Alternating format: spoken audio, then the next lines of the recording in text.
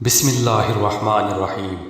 السلام علیکم ناظرین، امید کرتا ہوں آپ بخیر و عافیت ہوں گے۔ اس ویڈیو میں یا حی یا قیوم کو ورد کرنے کے بے شمار فوائد اور فیوز و برکات آپ تک پہنچا رہا ہوں۔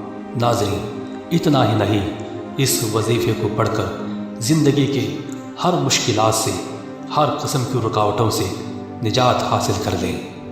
آئیے یا حی یا قیوم کو پڑھنے کے کیا کیا فوائد ہیں سماعت فرمائیں۔ یہ وظیفہ چونکہ اسم اعظم ہے، اس لیے اس وظیفے کے پڑھنے والے کو اللہ تعالیٰ زندگی کے ہر کام میں کامیابی عطا فرماتا ہے۔ ہر بگڑی ہوئی چیز سنورتی چلی جاتی ہے۔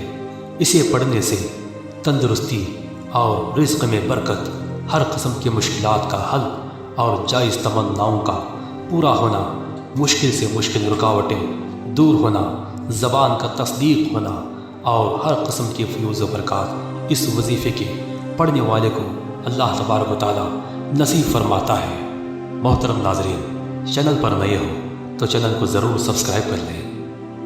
یا حی یا قیوم کا مطلب ہمیشہ زندہ اور قائم رہنے والا ہے، اور ہر ایک کو زندگی دینے والا اور اسے قائم رکھنے والا ہے۔ لہٰذا اس اسم مبارک کو جو سدا ورد کرتا ہے، اللہ تبارک و تعالیٰ اس کو روحانی قوت میں بے پناہ اضافہ فرما دیتا ہے۔ اللہ رب العزت اس وظیفے کی پڑھنے والے کی عمر میں برکت عطا فرماتا ہے۔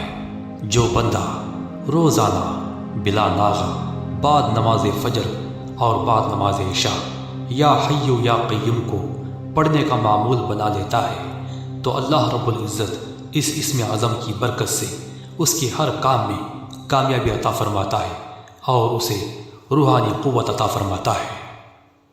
اللہ تبارک و تعالیٰ کی سب نعمتوں میں سے سب سے افضل نعمت تندرستی ہے، چونکہ اللہ تعالیٰ کی تمام نعمتوں کے ذریعے فائدہ اٹھانے کے لیے تندرستی ہی کام آتی ہے۔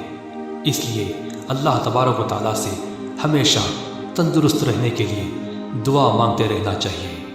اور ناظرین، تندرستی قائم رہنے کے لیے جو بندہ اس وظیفے کو روزانہ 700 مرتبہ پڑھنے کا معمول بنا لیتا ہے، تو اللہ تبارک و تعالیٰ اسے تندرستی عطا فرماتا ہے۔ اگر وہ بیمار بھی ہوگا تو جلد سے جلد صحتیاب بھی ہو جائے گا۔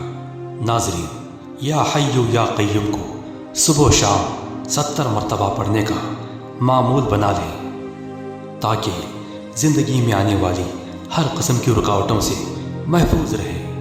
اللہ تعالیٰ ہمیں اور آپ کو نماز کی پابندی کرنے کی اور ذکر و اذکار کرتے رہنے کی توفیق عطا فرمائے۔